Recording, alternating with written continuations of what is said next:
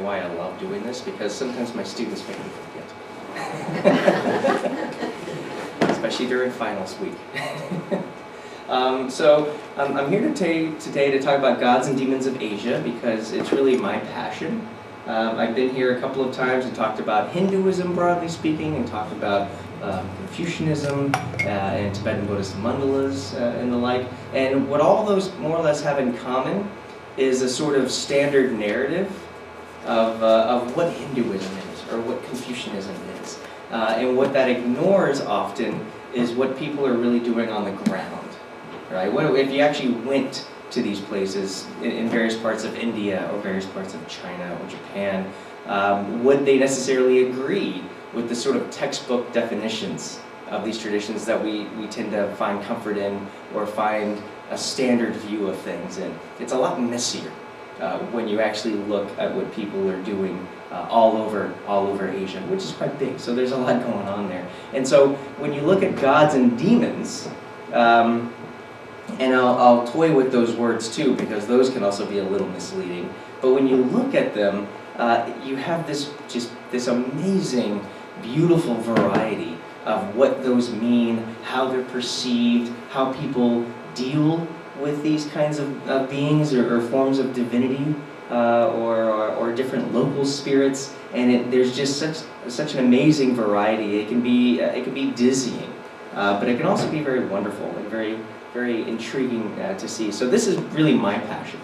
When I study Asia, or I study different parts of different Asian communities, I always want to look at the gods and the demons that they're focused on. So, by the way, the picture that I have up here is of the Monkey King, very popular in the Chinese Journey to the West. Has anyone heard of Journey to the West?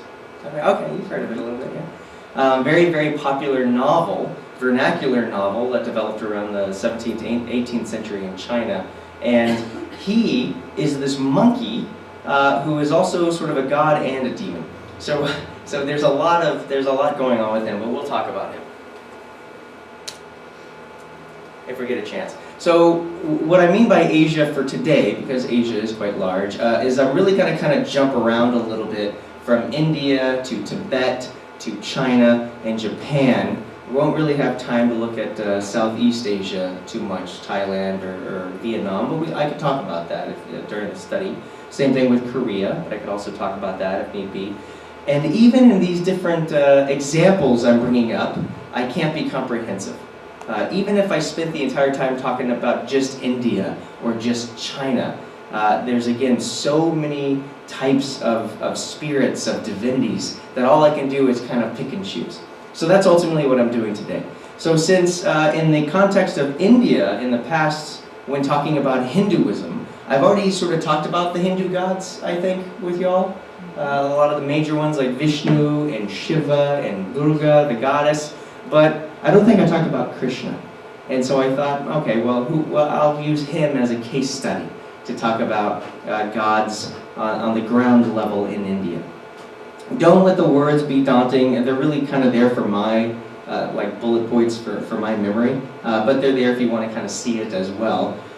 So what I'm going to talk about, using Krishna as a case study, because he is so incredibly popular all over India. And all I can do right now, because I'm going all over the place, is just look at Krishna in one particular community in the northeast of India. But I do want to ask, who's heard of Krishna before? Yeah, I feel like most of that was the other reason I brought him up. But how do you know about Krishna? What do you think of when you hear Krishna? Do you think Hare Krishna? Yeah, that's the most popular. You say what? Hare Krishna. Hare Krishna. That's usually what comes to mind. Hare Krishna, and he's indeed the deity that Hare Krishnas worship. And their view, and anyone who worships Krishna in India, he is the ultimate divinity. All other gods are fine, they're all recognized, but they're all thought to be emanations of Krishna. So Krishna is seen as this ultimate deity, this sort of divine godhead or supreme being from which all things ultimately emanate. But he is also this very epic hero. He has this whole mythology surrounding him that's very dense in some ways, and it really centers around this great Indian epic called the Mahabharata. the Mahabharata. It's one of the two major Indian epics I may have mentioned last year. The other one being the Ramayana, about King Rama. And both Krishna and Rama, these two figures from these epics, are thought to be incarnations, avatars of Vishnu, of the Hindu god Vishnu. But Krishna, he's also very important in the text called the Bhagavad Gita. Has anyone heard of the Bhagavad Gita before? Yeah. That is just a portion, a small portion of that, of the grander epic of the Mahabharata. It's just part of one of the chapters.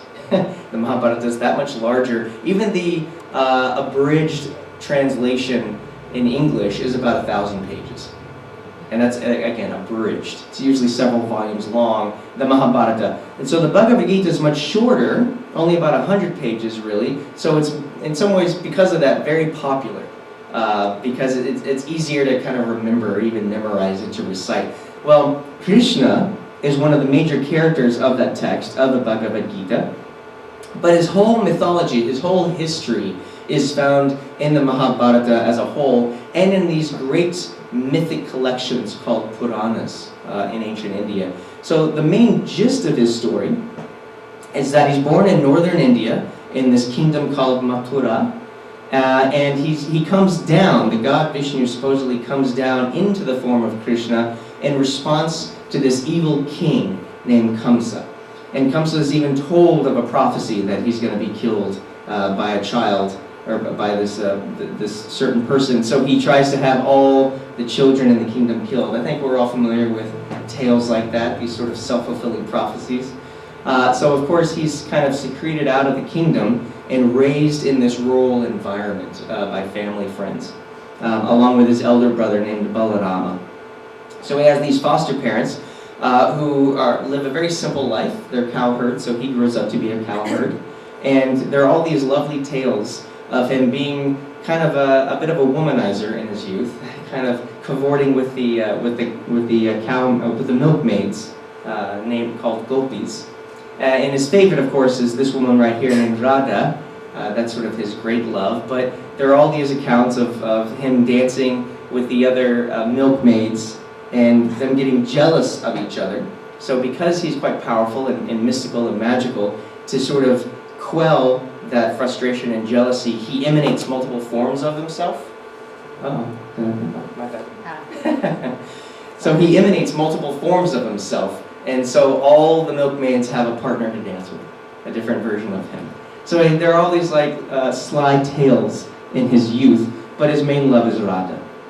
When he gets a bit older, he ends up marrying multiple women as his queens. He has 8 main queens, and then supposedly thousands or 16,000 other wives and consorts. So he's a busy fella. And then he ends up being the advisor to sort of the main character of the Mahabharata, Arjuna, and his brothers. And the whole, what would you say, the sort of crux of the Mahabharata is that there are these two warring groups of cousins, Arjuna and his brothers against the 100 cousins on the other side of the family, and they're both fighting over who should rule the kingdom, right? So the very core of that story, the kind of climax of that tale, is the Bhagavad Gita, when Arjuna is about to go to battle against his cousins, and he's having these deep reservations. He doesn't know what's the right thing to do. Do I kill my own family members? Or do I bring peace and order to the kingdom? Because you can't have one without the other. You can't bring peace, all this civil strife that's going on, without finally ending the sort of tyranny brought by his cousins. But he also can't keep them alive for all that. So he has this great doubt, and it's his conversation with Krishna, his charioteer, that brings about all of this kind of question of what is the right thing to do. So after that big complex, later on in life, Krishna is eventually killed by an arrow to the foot, not unlike Achilles, right? And his death sort of signifies the end of this kind of Bronze Age of ancient Indian mythic time, and the beginning of the Dark Age. Right? So since then, we've been in the Dark Age. That's just kind of the way things have been. So that's the general story of Krishna.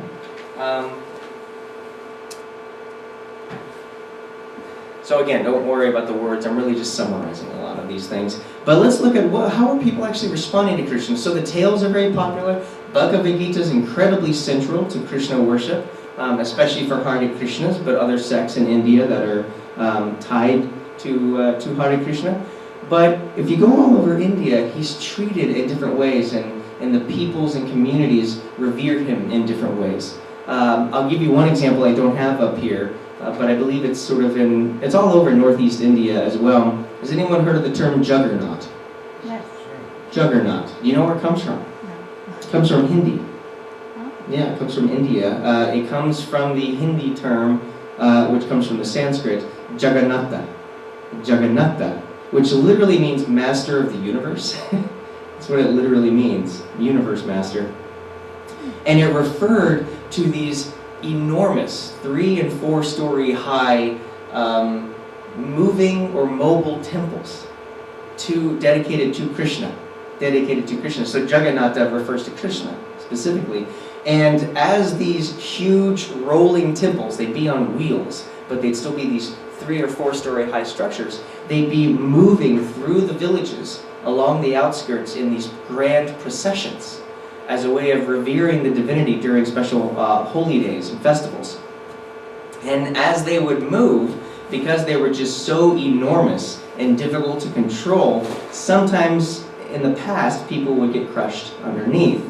And that's exactly why what juggernaut means, this sort of unstoppable force, right? And so it comes from that very structure, yeah. So we can thank India, and we can thank the British for bringing that term over to us, because it was British India that we, of course, learned about it.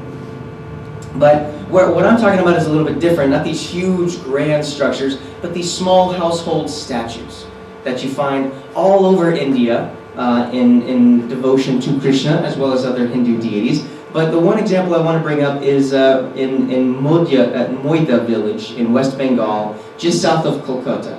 If everyone's heard of Kolkata, right? So that's kind of where we're at in the red, that main state of West Bengal. And what you have is on New Year's Day, and that depends where you are in India, what technically counts as New Year's Day, traditionally it always changes. You would have every person in the village or every household carry their own personal household statue of Krishna to the central temple of the village. And the statues would supposedly be put in the same room and left to their own devices and supposedly discuss the kind of budgetary needs of the village for the coming year. So the statues would have statues thought of as being sort of these incarnations of Krishna, right? In the world, right there. All of these different forms of Krishna are kind of discussing very mundane matters. What to do with the coming year's budget, how to treat that. And then at the end of the conference, these statues hold, supposedly, they're taken back to their individual households. But it's the procession, and then usually it's a priest that interprets, what the decisions were. Yeah. But it's the statues, supposedly, that hold this conversation. But the statues, the different statues, not only represent different forms of Krishna, but they also speak to the different social statuses of the members of the community. So the order in which the statues proceed, right, in procession to the central temple is very important. It sort of represents the hierarchy, usually based on how famous, how well decorated the statue is, the family, what their position is in the community, so how much they donate to the temple, how many services they offer. So there's a lot of sort of social, social nuance, social subtlety going on underneath these kinds of activities. But these are divinities that individuals of the community are said to be engaging with very directly. It's very different from this idea of Krishna sort of being diffusely up in the world, in the universe, sort of surrounding all things, immanent in all things. Here, it takes on a very mundane quality, almost, very worldly. And to kind of continue with that, and again, don't let the wall of words bother you. The gist is that different statues, different forms of Krishna can actually raise up in social popularity and also diminish in social popularity. So you have this sort of deity mobility that happens in these villages, a sort of social mobility up and down, that different gods, different forms of Krishna. It's all Krishna. It's just different forms of Krishna, and each statue can sort of raise in popularity or diminish in popularity, depending on how efficacious they are.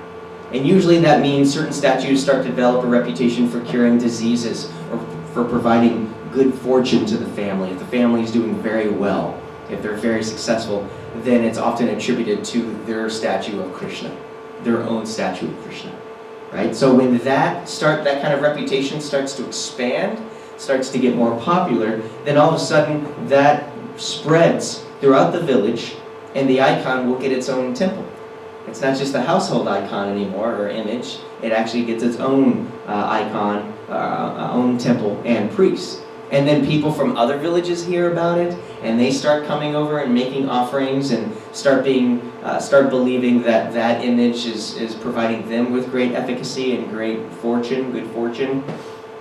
And then that temple starts to become a pilgrimage site.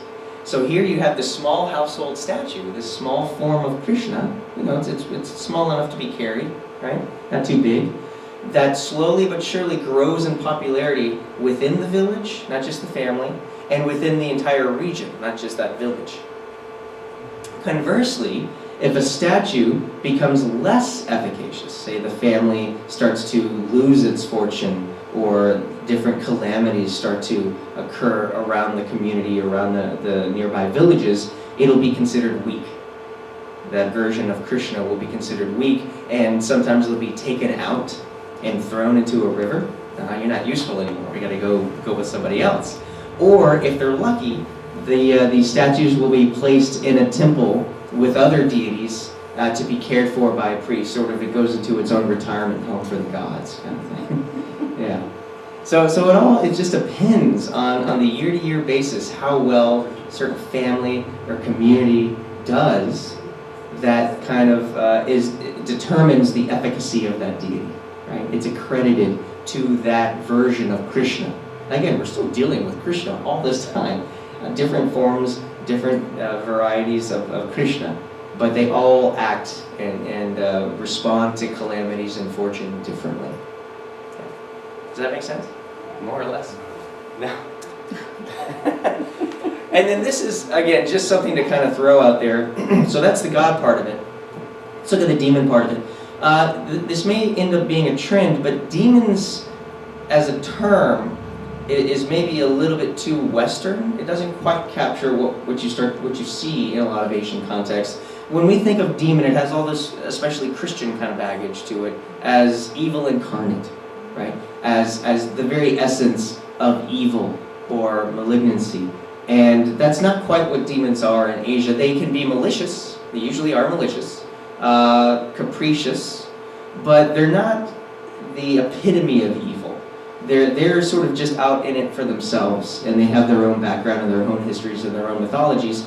And there isn't this sense that demons or spirits, maybe is a better term, is in any way long-term in its effects, right? It can even cause death, but then your afterlife will be different, right? It doesn't condemn you to hell forever. There's no such thing as a hell of forever in Asian context. Even in Buddhism, which does have hell realms, you're not there forever. You're reborn there, maybe for eons, but eventually you're reborn elsewhere, right? So nothing lasts. And so in that sense, you don't have one demon or one type of demon in any of these contexts. You have this whole bevy of different types of spirits. And sometimes you can propitiate them and they'll do good for you. They'll treat you well. If you treat them well, sort of scratch their back, they'll scratch yours. But again, they can be capricious, so they could turn on you in a very Faustian way. All right? So you have yakshas, that are these sort of tree spirits. You have rakshasa, which are these cannibal or flesh-eating demons, very demon-like. Those are close to demons. You have nagas, which are these serpent spirits that usually hoard treasure. So if you can get on their good side, you can maybe get in on some of that treasure. You know? You have pishacha, which are these kind of ghoul or zombie-like beings. Vetala, also spirits that possess corpses. All these are intriguing sort of beings. Gandharvas and apsaras, these celestial dancers and musicians. Bhuta, which is more like our ghosts, right? And they can possess people as well. And finally, the Pitr, these forefathers, ancestors, that are also worshipped in the Indian context, traditionally. So that's just kind of give you a taste of Indian demonology. So that was India. And again, that was just a taste, just a little hint of what you could find in India, but by no means comprehensive. Krishna is worshipped in a dizzying variety of ways, but so is Vishnu more broadly, Shiva, and so forth. And again, all those types of demons that I just very briefly mentioned can be approached and exercised in different manners. All right? So let's move on to Tibet. Let's kind of head up north to Tibet and look at Dharma protectors. This is my example from Tibet. Dharma protectors, or Chugyong, as they're called in Tibetan. They do pretty much what their name implies. The Dharma, by the way, refers in the Buddhist context to the Buddhist teachings. All right, so it is the teachings of the Buddha, and all commentaries kind of associated with those teachings. So by being Dharma protectors, the idea is that these are beings that have been converted to Buddhism often, and so spirits. You can convert sort of these kinds of gods and demons to Buddhism, not just people, but spirits. And they can be brought into service to guard the Dharma. And what that means more concretely is they protect monasteries and the collections of teachings in those monasteries, and the people, the monks and nuns of those monasteries who propagate those teachings, right? Who guard those teachings. So they serve all of these purposes. Oftentimes you go to any Tibetan monastery, you'll find murals of these deities. That's what's in the middle, that's a mural of a protector deity. You'll find statues of them, you'll find wall hangings and paintings of them. And the idea is that these monasteries have their own unique collection or array of pantheons, deities that protect the Dharma for that community. And you may notice they look kind of demonic, a little bit. They're a little wrathful. And that's generally the story behind them, is that these were wrathful deities, often local, capricious, ferocious gods. Tibet is thought to be just crowded with these very ferocious kinds of autochthonous deities, indigenous spirits that are very, very capricious, can at the drop of a hat hurt you. But these great exorcists in Tibetan history are said to sort of meet these deities head on and convert them to Buddhism. And now they use that wrathfulness and that ferocity and great power that they possess to protect the Dharma. All right, kind of like gargoyles, right? Gargoyles look scary, but they're ultimately protectors, right? That's the idea. So in the same way, they look very wrathful and demonic, but they're ultimately good beings. For the most part. Every now and then, they apparently forget what they're supposed to do, and they need reminding. Like, remember, so a lot of the rituals that propitiate these divinities kind of tell them at one point, okay, remember that promise you made to protect the Dharma, and get on it, So sometimes they can kind of lose track of themselves and fall back into old habits. Well, like we all do. We all do that, right? So some of the more famous ones are these figures right here. Maxo Gyomo, who's a female, who's a goddess. Pehar, right there in the center. And Siomarpo there on the right. And if I'd had more room, I have a tanka, a painting of Siomarpo on the right that we could have also hung up, but I thought this one was cool. Yeah, and we'll get to him. But all of these beings, they have their own mythologies. A lot of them have very similar tropes, where they started off as, a lot of them, especially Tsiumarpo and Pehar, they usually start off as very peaceful royal figures. They would often be, in a former life, a prince or a king who was very devout, very devoted to Buddhism, and would often even leave their kingdoms behind to become a monk. But something happens in the course of their practice where they lose sight of what's important, they get obsessed, or they get attached. With Pehar, he kind of falls in love with a Brahmin's daughter, and does all sorts of unseemly things with her. Tsiumarpo, he ends up trying to save a young woman and is accused instead of philandering with her. And in both cases, they become very wrathful because they sort of get bitter. And their worst emotions, the worst afflictive emotions that we all possess, sort of get the better of them. So despite all their religious training, they kind of descend instead, and when they die, they kind of make these horrible prayers that they will come back as wrathful deities to seek revenge or to get the better of their enemies. And that's exactly why they take these forms. So a lot of their stories echo that sentiment, that they started off good, religious, but then something went wrong and they sort of lost their focus, and this is the result. It's kind of a cautionary tale, right? So many of them are very popular. These deities especially, Maxwell Gyalmo and Pehar, the two on the left, they are the two main protector deities of the Dalai Lama's government. The Dalai Lama's government to this day. So the Dalai Lama's government is now in exile. It's the government in exile, as it's called. It's situated in Dharamsala, India, where I'll be going this summer, actually. And if you go to any of the monasteries associated with the Dalai Lama's lineage, you'll see these two figures. Yeah.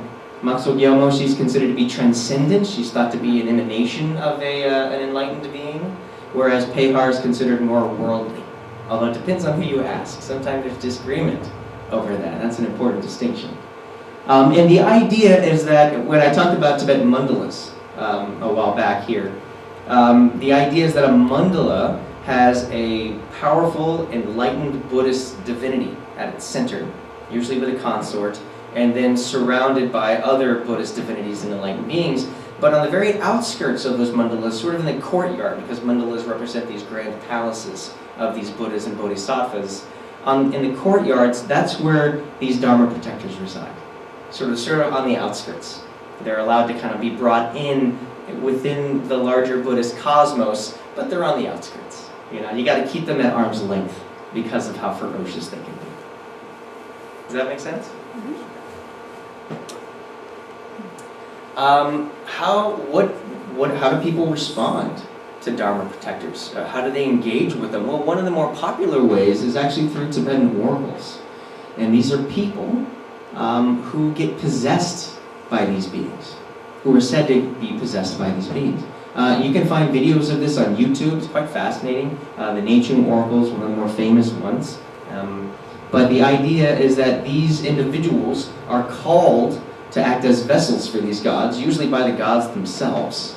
And during a trance ceremony, they start to hiss and shake, and their faces get really red, and they completely lose their consciousness, supposedly, and become embodied by these gods, who then whisper, sometimes in cryptic, ancient Tibetan, sometimes in a different accent of Tibetan than their usual accent. They will whisper into the ears of monks different prophecies for the coming year, or the coming month, or provide advice on a certain issue or problem that the community or individual in the community is experiencing. So they're entreated, they're appealed to directly. These gods can actually be communicated with through these oracles. And there are different levels of oracles. You have state oracles, like the Naching Oracle, Gadong Oracle, Lama Oracle, that are tied to monasteries, but are specifically propitiated and are gone to for advice by the Dalai Lama and members of his government. So the Naching Oracle especially is used by the Dalai Lama almost like a minister. Right? Not the only source of advice, but you would go to the Naching Oracle when possessed for advice, and the Dalai Lama still does that to this day. Then there are monastic oracles that more or less like state oracles, except only for the monastery. So they don't really serve the state, they just serve the monastic community and give them advice. And then finally you have these local oracles, neither state nor monastic in orientation or focus. These are your laymen and laywomen's source of oracular aid, where it's a village without any kind of connection to a monastic community, and they often will actually provide healing services. They're also sort of healers on the side, not just providing clairvoyant advice or prophecies, but also providing healing services, finding out what's wrong with someone. And if you want, I can bring you up a very vivid story of this that I was told when I was in Tibet several years ago during the study. So I can always come back to oracles because they're quite fascinating. So is that like a person? Yeah, it's an individual person. The light over there is what's making me think that it's like Oh, That's why I'm thinking. Yeah, well, that's a photo. That's just a flash. Okay, from that's the why I'm photo. thinking it's not a person. Yeah. I got it now. That's a great point, though. I should maybe explain what's going on here. So on the right is a mural of a person being possessed by a god, and he's an actual historical person that I think lived in the 18th or 19th century. Yeah, but that's him under possession. So it's supposed to be a painting of a person under possession by God. What this is a proclamation by the ancient oracle from the 19th century, and it's inscribed on silk. The ink is inscribed on silk. It's in a museum in Chengdu, Sichuan province, China right now. That's where this photo was taken, under glass, so that's why there's a glare. But whatever the oracle says, historically would always be inscribed on silk, or some kind of proclamation would be made available for the public to read and be posted out publicly. Yeah. So that's what that is. That's just one example that we have historically. Yeah. But yeah, oracles in the Tibetan context are actual people. And then they're possessed by gods. Yeah. That's the idea.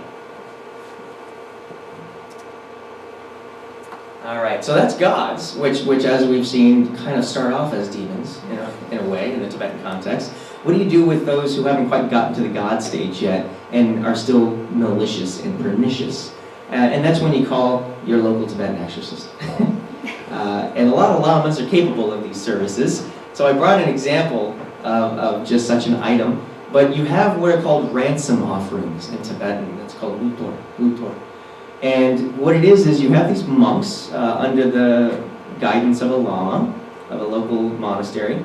And what they'll do, if let's say a family is suffering from various misfortunes, or someone consistently gets sick, or, unfortunately, if someone in the family dies and other members of the family start to feel unwell as well, you would usually, the idea is that they're being plagued by a kind of demon or spirit, and you need to exorcise that spirit. So you would get the monks, what they would do is they build this intriguing structure, and it would be a box with a dough effigy, a dough figure in it that is supposed to represent the sick individual. And then it would be surrounded by bits of money or by other bits of dough, and also this kind of thread cross. And the idea is it would draw the pernicious spirit out of the person. So the person is being sickened by this spirit, and the spirit is being tricked into thinking that the effigy is the person. So it moves them away, then they get trapped in the thread cross, and then the box is carried out of the house with the spirit in it and taken to a crossroads, where once it's destroyed, usually either lit on fire or the animals get to it because it is dough, so it has some sweet stuff, edible stuff in it, then the spirit is thought to be dispersed to the four directions. That's why it has to be a crossroads. In Lhasa today, Lhasa, Tibet, and a lot of Tibetan communities, it's been modernized so that it's put in the crossroads of actual roads so that cars can run them over. And I've seen this numerous times, so they just get flattened under a wheel. And what's really interesting, the Tibetan belief is once it's destroyed, the spirit is dispersed, all of the items that made up the box and the sort of exorcistic implements, they're no longer anything more than what they are. They're just bits of string and wood and dough. But Chinese, since there's a huge Chinese population in Tibet now, they've been kind of slowly moving into there over the last couple of decades, the Chinese have gotten kind of superstitious and try to avoid it. They think they're going to absorb the bad spirits. So you see these cars kind of swerving around it. Sometimes it'll take forever before it'll get crushed. And finally, I think in one instance, it took like an hour, and then a bus, which couldn't avoid it because it's a bus, had to just run it over. So I thought, I don't know if it's worth passing this around, but I brought one such thread cross that I saw on one of these structures when I was in Lhasa several years ago. And this was after it's destroyed, so I promise there's no demons in it, as far as I know.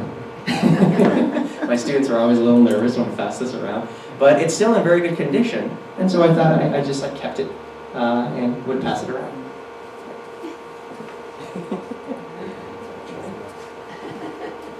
Let me know if it shocks you or anything. So yeah, that's exorcism in a nutshell. That's what you do with pernicious spirits in the Tibetan context.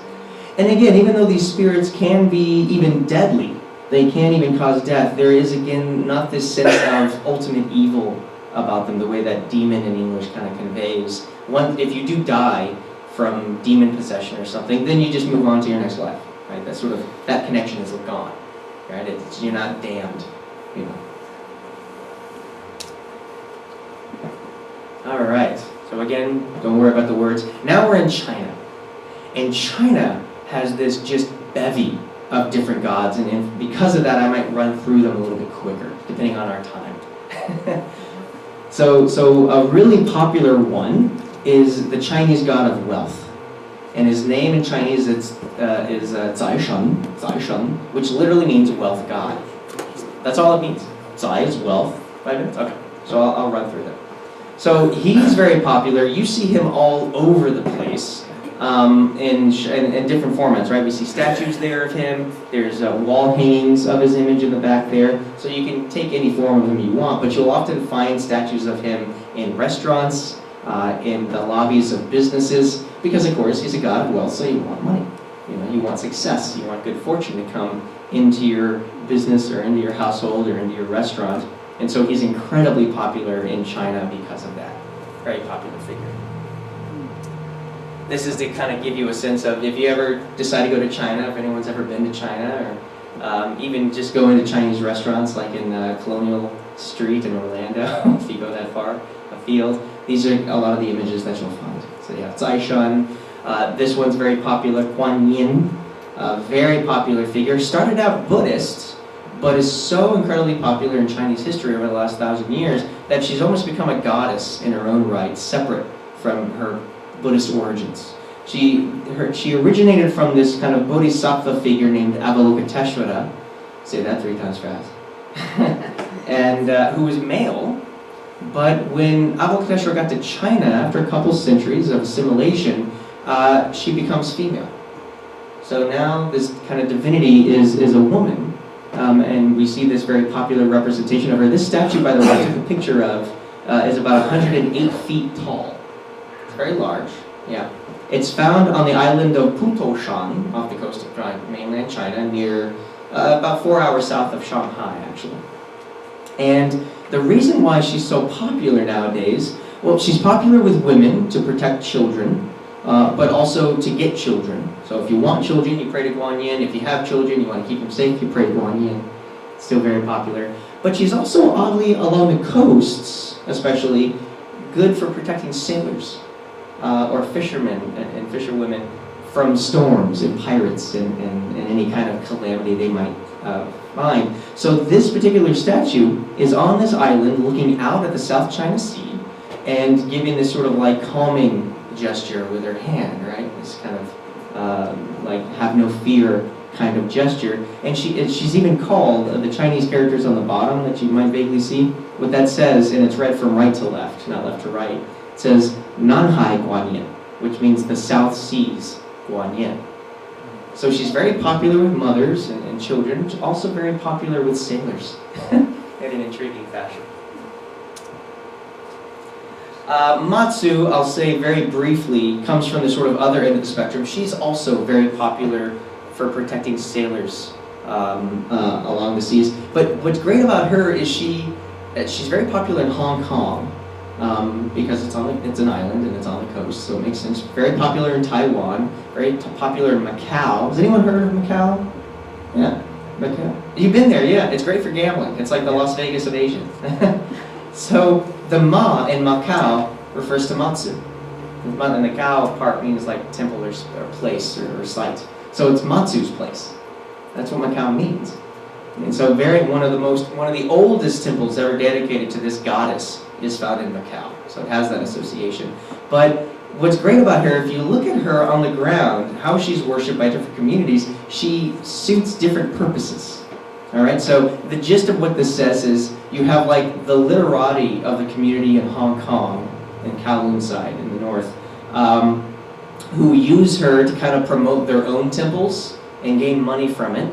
But then you have the lower class fishermen who subvert that and say, no, their narrative is wrong. It's actually our temples that are the true source of her power and devotion, so come to ours. So they have their own festivals to kind of go against the literati officials. So it's almost like football teams both praying to God to win, right? Can't be both, so So you have them both going against each other. Women worship her to protect their children, and the fishermen also worship her to protect against pirates.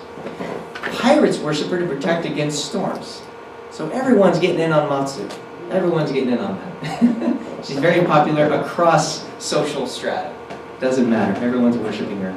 And because of this odd crossover, you notice it might sound similar to what I said about Guan Yin. She's good for protecting mothers and children, good for protecting sailors, just like Guan Yin. So for that reason, Buddhists think that she's an incarnation of Guan Yin. So oftentimes at temples, you don't see it in this picture, but usually near the main statue of Matsu, you might find a little image of Guan Yin nearby. Yeah, so a lot of connection. Do we know who this is? Has anyone seen Laughing Buddha before? Xiaofu. That's what it is in Chinese. He is. If you were ever confused about why this guy's a bit rotund, but other images of Buddha are quite lithe, right? It's because they're not the same person. They're not the same person. So the lithe figure that you often see, this kind of classic Indian Buddha figure, who's quite trim, that is the historical Buddha Siddhartha.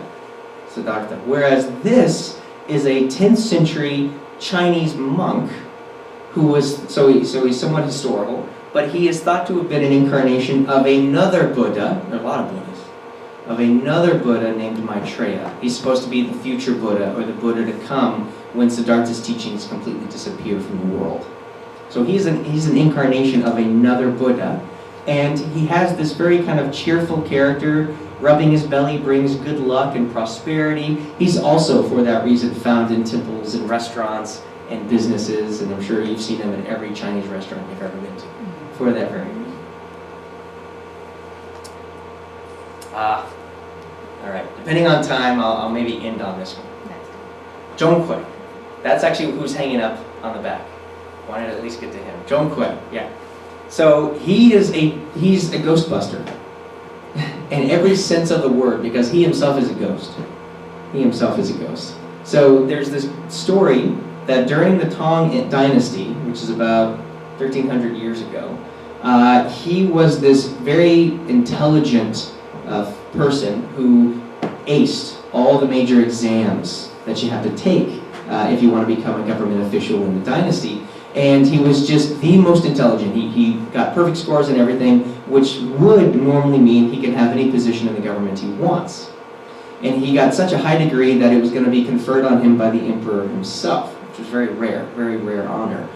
The problem is he was ugly. He was incredibly ugly. He was considered snout-nosed. And so when the emperor went to meet with him, he said, I can't give this guy a degree. He's way too ugly to work in our government.